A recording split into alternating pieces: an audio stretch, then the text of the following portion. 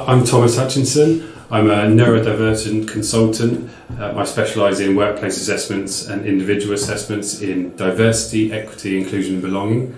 And my other hat, I'm also a heritage surveyor working on traditional buildings and ecclesiastical properties across the southeast, wherever it takes me.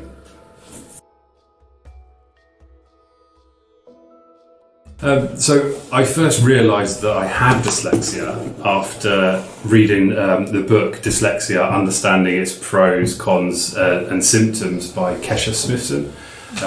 Before that I had 2 cognitive ability assessments that both diagnosed dyslexia, but it didn't really feel real to me. I kind of put it to almost the back of my mind, focusing on my other neurodivergent traits. But after reading this book and being almost pointed towards further research in dyslexia, the further I got into neurodiversity and neurodivergence, it just unveiled this massive world, a multifaceted, complex neurological variance.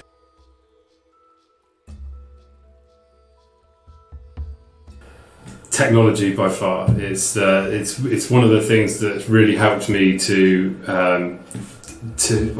when I was building, I used to use technology just to bring myself on the same level as other people. Despite my struggles, I wanted to succeed in the building and in heritage environment that I was working in. Then after the dyslexia diagnosis and the further understanding and learning that I've done, I've gone full into tech. It's text-to-speech software. I listen to every single book I can, whether that's audiobook form or whether I listen to it with my own voice through text-to-speech. I've had all-cam technology. I've utilised colorized lenses for light sensitivity.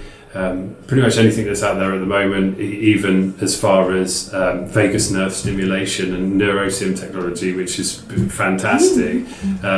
We're getting right on that brink of tech where it's just going to make so many lives a lot easier. But obviously we utilise these innovative advancements as tools, and when we see them like that, tools and assistive technology, it's really beneficial, and it can take you way beyond trying to force yourself to mask over the struggles that we face.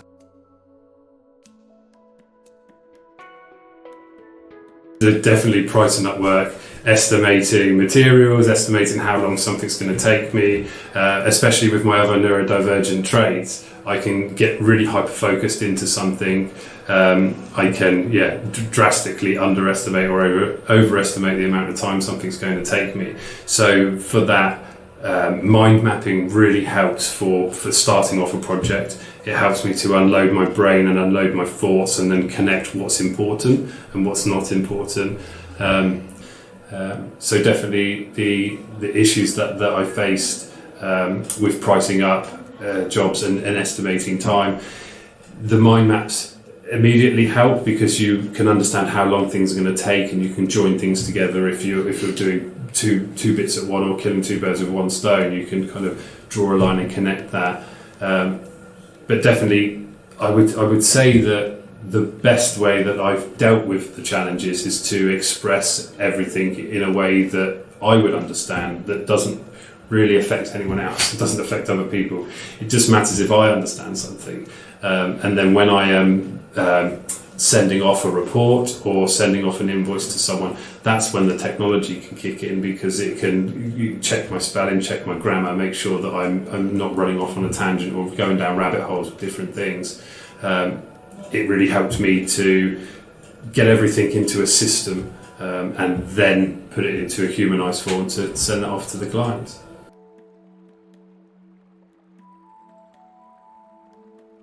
I've not overcome dyslexia, and I never will, because to me dyslexia is it's obviously it's a label that we use to categorise symptoms, and not often do we categorise positive symptoms or make diagnosis through positive symptoms. We make diagnosis through maladaptive behaviours or behaviours that are obstructive in an individual's life or education.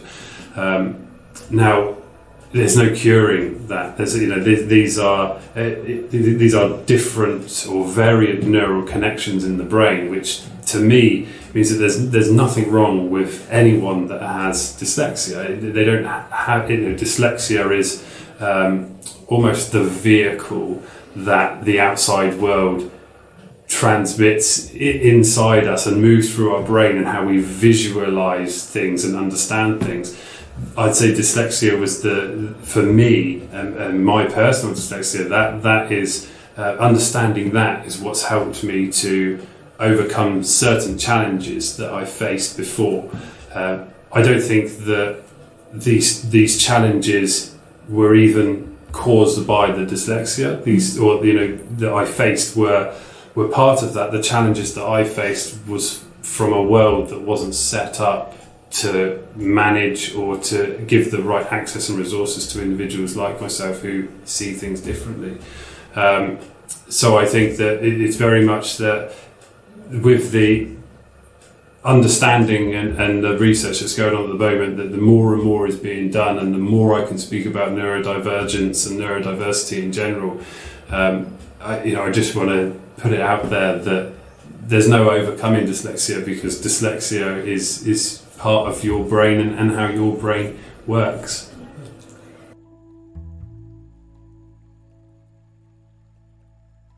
Yeah, so the advice I give to everyone is find your passion, find your thing, find your hobby, and put as much weight into that as you can. That will transfer across to many different areas.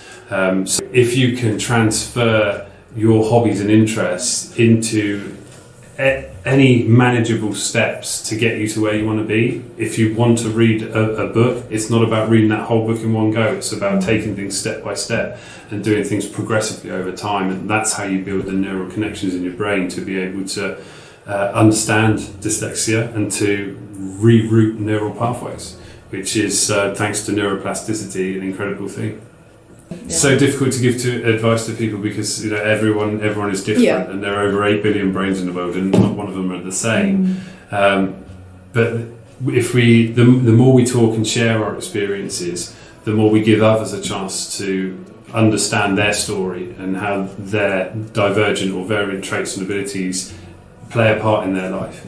The more we talk about it, not only can you do things that's going to help yourself and take you on that step to self-mastery, you could also find networks, find support groups, speak to people, speak about it openly and honestly, because the lack of understanding there is where we face the issues.